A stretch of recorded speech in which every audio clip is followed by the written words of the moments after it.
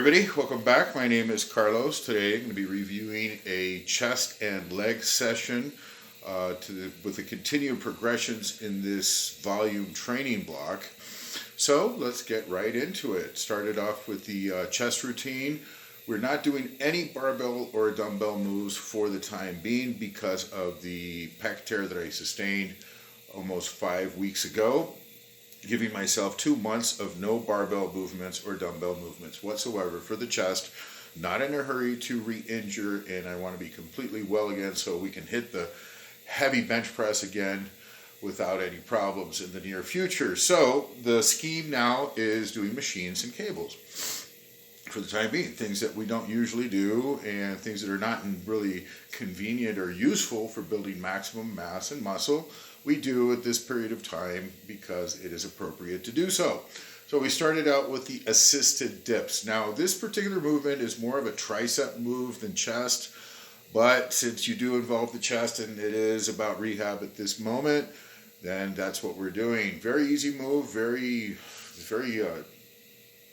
not only easy, it feels very therapeutic on the muscle. You get like a roll, get a little bit of momentum. It's a very comfortable move. So we're doing it with a very moderate weight. We're just putting 30 pounds on the pin. I weigh 200 pounds, so that gives us 170 pounds to work with. 5 sets, very little rest, 45-second rest, 12 reps. And, that was just an incredible move. Got the triceps very pumped.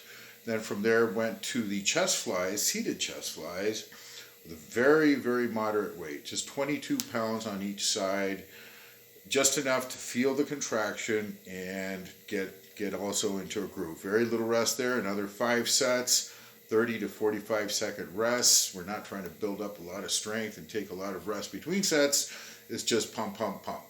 And then from there went to a chest exercise, which I hardly ever do, which is the incline machine press. Now, I don't like these machine presses that are loaded from the bottom, where you have to initiate the move from the bottom. It seems that when you load from the top, you can get a better angle and you can use a lot more strength, get a lot more reps, and do a lot better work on it than loading from the bottom. Well, I don't have that possibility, and I didn't have anybody to spot me to help it push up. So started out with a very light weight, just stayed mid-range on the stack. Stack has like 250 pounds, around between 100 and 130 pounds for these sets. Now, this particular exercise, which I had never done before, really gave me a chest pump, and I felt a little bit of DOMS on the next day.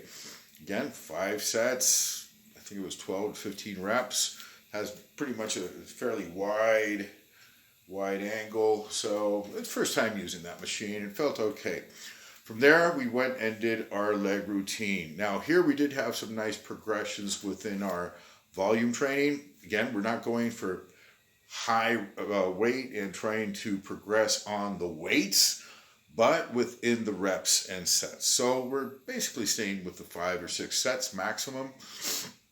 And on the squats last week, it was 8 reps with 225 pounds, 2 plates on the Smith, 8 reps. Today got up to 9 and 10 reps and increased the poundage just a little bit up to 245. And it felt easier than last week, which I knew it was going to be because last week was fairly easy. I mean, just 8 reps for, 225. Anybody can do that if they've been lifting for a while.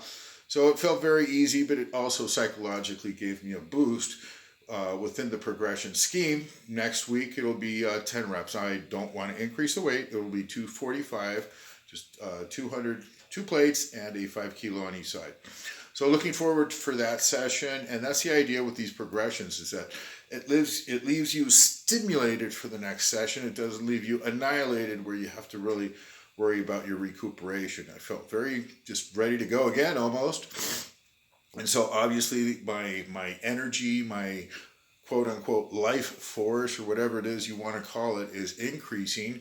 No aches, no pains, only the nice muscle fatigue and DOM, later in the afternoon or the next day, a little bit of soreness, but it's the nice, good feeling sore. And we also had a nice progression on the lunges. Again, 5 sets of those buggers. Those are uncomfortable. It's not like the easiest thing to do. It's not like sitting on a machine or laying down on a leg curl or anything like that. You know, the walking lunges are they take some effort, especially for me. It's the balancing thing, you know, just doing the long stride and balancing, not, you know, falling to the wayside or anything like that. So 5 sets, 20 reps, 10, 10. It's not too much. Trying to work up with the dumbbells again. So we start off with the body weight and then do like 10-pound dumbbells, 20-pound dumbbells. And then I did a couple of sets with 35-pound dumbbells.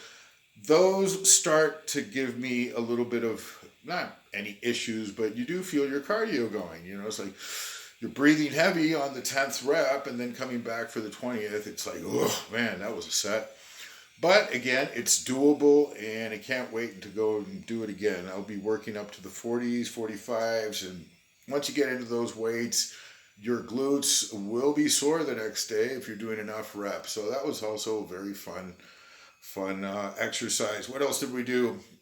Our abs as usual, and nothing else. That was pretty much it. So abs, chest, and legs, maintaining rep progressions within these structures. And what we're trying to do also is increase our total poundages for the session. So say on a session we do 30,000 pounds. Our goal for the next session with those exact same exercises, bring it up to maybe 33, 35,000 pounds and so on. So we're taking like the total volume of the session. And of course, this is trackable in the sense that you keep the time the same. You're always doing like an hour and 15 minutes, because if you're going to do more volume and now it's not an hour but 2 hours or 3 hours, it kind of loses the point. That's not what I'm looking for. I'm trying to do more volume within an established time frame. Just doing things quicker, more work, same amount of time, densifying the work, and so on. So that's basically it for today. Very easy type of workout, nothing special. Did have some progressions, and towards the middle end of this training block, it should be getting more challenging, obviously, but that's the idea. Then once the volume becomes unmanageable, in other words, can't really do more volume in that time frame, then we'll start bringing down the volume and increasing the weights. And over time, over the next few months, the volume should be reduced, the weight should be increased to where we're nearing our previous PR max block, and then we morph into a very high weight scheme, and then we start over again after a couple of weeks deload or vacation or whatever. And this is like the perpetual periodization thing. You go from high volume, low volume, high weights, lower weights, but the whole thing is like 2 steps forward, 1 step back, 2 steps forward, 1 step back. And as long as you keep on training on point over a period of time and over just through time, you will be getting stronger. And I have been. It's been working for me. Just takes a long time.